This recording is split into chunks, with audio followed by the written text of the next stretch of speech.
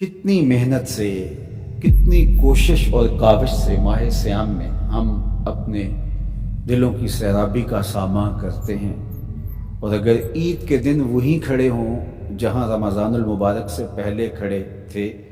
تو پھر سوچنے والی بات ہے کہ اتنی مشقت کیوں اٹھائی اگر ہم نے اس دولت کو سنبھالنا نہیں تھا۔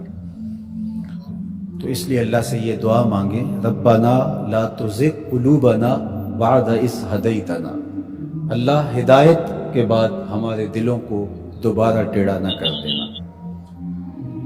روشنی کے بعد جب اندھیرا پھیلتا ہے تو وہ زیادہ گہرا ہوتا ہے، ہدایت کے بعد جب دوبارہ گمراہی کے اندر بندہ گرتا ہے تو وہ گمراہی زیادہ شدید اور سخت ہوتی ہے اور دلوں کو اجاڑ دیتی ہے۔ اس لیے اللہ سے ہدایت طلب کریں، اور یہ ہمارا وظیفہ ہے، ہر روز ہر نمازی ہر نماز کی ہر رکعت میں اصالتاً یا وقالتاً عرض گزار ہوتا ہے اہدنا الصراط المستقیم۔ یہ وہ چیز ہے جو ہم روز مانگتے ہیں، لیکن اس مانگی ہوئی چیز کو، جس کو ہاتھ باندھ کے جھولی پھیلا کے طلب کیا، آوازیں لگا لگا کے جس کو حاصل کیا، اس کو پھر یوں ہی نہیں چھوڑ دیا جاتا، قیمتی چیز کی حفاظت کی جاتی ہے۔ تو یہ جو دولت ماہ سیام میں اللہ نے ہمیں نصیب کی، اس کو روحوں میں جذب کرنا ہے، اس کو باطن میں اتارنا ہے، تاکہ ہمارے دل سیدھے ہونے کے بعد دوبارہ ٹیڑھے نہ ہو جائیں، اور پھر وہی اندھیرے، وہی گمراہیاں، وہی ہماری زندگی کے تیور و لچھن ہمارے لیے بربادی کا پیغام لے کر آئیں، اور ہم اپنی خواہشات کے اسیر ہو کے رہ جائیں۔ دوسری بات، کتاب رحمت قرآن مجید میں اللہ تعالیٰ جل شانہ نے اہل ایمان کو ارشاد فرمایا، وَلَا تَهِنُوا وَلَا تَحْزَنُوا وَأَنْتُمُ الْأَعْلَوْنَ إِن كُنتُم مُؤْمِنِينَ، کمزوری نہ دکھانا اور خوف نہ کھانا، غم نہ کرنا، تم ہی سر بلند ہو، عزتوں کا تاج تمہارے ہی سر پہ رکھیں گے،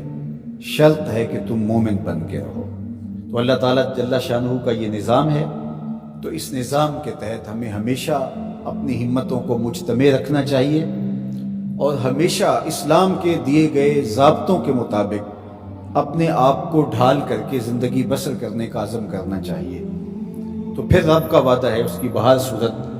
تکمیل ہوگی۔ تو آج ہم دنیا کے اوپر جو ذلت و رسوائی، پستی اور زبوحالی کا شکار ہیں، تو اس کا سبب یہ ہے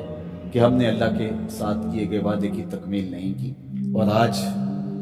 وہی امت جو 313 ہو کے کفر کے مقابلے میں کھڑی ہو گئی تھی، اور فاقہ مستوں نے 10 اونٹ روز ذبح کر کے کھانے والے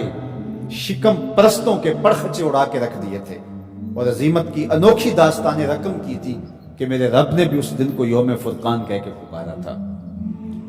آج یہ وہی امت ہے، 56-57 اسلامی ملکوں کی افواج، جدید میزائل، آلات حرب و ضرب، اور ہم دنیاوی وسائل سے مالا مال 56-57 اسلامی ملک آج یہ منتیں کرتے پھرتے ہیں کہ سلامتی کونسل کا اجلاس ہی طلب کر لیا جائے، اور وہ کس بے نیازی کے ساتھ کہتے ہیں کہ نہیں اب چند دن بعد کریں گے۔ کیا یہ دن بھی ہم نے دیکھنے تھے؟ عجیب بے بسی کی صورت ہے، اللہ اس امت کو کھویا ہوا وقار عطا کرے، اور یہ ہمیں سزا ملنی ہے جو ہم نے حضور کو دکھ دیا۔ میں آپ سے پوچھتا ہوں، گھر کے سربراہ کو کتنی تکلیف ہوتی ہے جب اس کے بیٹے آپس میں لڑ رہے ہوتے ہیں، اس کا دل خون کے آنسو ہوتا ہے۔ تو جب امت آپس میں 73 گروہوں میں بٹی ہو تو رسول اللہ کو کتنی تکلیف ہوتی ہوگی، گنبد خضرا میں حضور کتنے دکھی ہوتے ہوں گے۔ تنکا تنکا کر کے حضور نے یہ امت جوڑی تھی، تنکا تنکا کر کے کتنی اذیتیں کاٹی تھی حضور نے اس امت کے لیے، مختلف مزاجوں کے لوگ کو ایک امت بنایا تھا حضور نے۔ سلمان فارس سے آئے تھے، سہیب روم سے آئے تھے، بلال حبشے کے تھے، حضرت ابو بکر و عمر مکے کے تھے، حضرت سعد مدینے کے تھے، کہاں کہاں سے لوگ آئے، ان سب کو جوڑ کر کے ایک مزاج دیا، اور وحدت کی لڑی کے اندر اس امت کو پرو دیا۔ یہ امت واحدہ بنی، سب کا درد سانجھا ہو گیا۔ تو کتنی حضور کو ہم نے اذیت پہنچائی، 73 گروہوں میں بٹ کر کے، 57 ٹکڑیوں میں تقسیم ہو کر کے۔ اس لیے ہمیں ایک تو پختگی کے ساتھ دین کے بتائے ہوئے اصولوں پر کاربند ہونا پڑے گا، اور دوسرا ہمیں حقیقی معنی کے اندر امت واحدہ کے تصور کو اجاگر کرنا ہوگا، پھر انشاءاللہ راستے ملیں گے۔ اللہ اپنے بندوں کو کبھی بھی تنہا نہیں چھوڑے گا۔ باقی رہی بات القدس کی آزادی کی اور کشمیر کی آزادی کی، یہ سزائیں ہمیں دیکھنا پڑ رہی ہیں کہ ہم اپنی آنکھوں سے یہ اذیتیں دیکھ رہے ہیں، لیکن یہ امت مسلمہ کا مقصوم ہے کہ قدس کے اوپر بھی جھنڈا میرے حضور کا ہوگا اور سری نگر میں بھی جھنڈا میرے حضور کا ہوگا۔ کائنات کی ایک چھت بھی ایسی نہیں ہوگی جس چھت پہ میرے حضور کے نام کا جھنڈا نہیں ہوگا۔ انشاءاللہ وہ وقت آنے والا ہے، ہم اگر یہ کام نہیں کر سکے تو ہماری نسلیں کریں گے،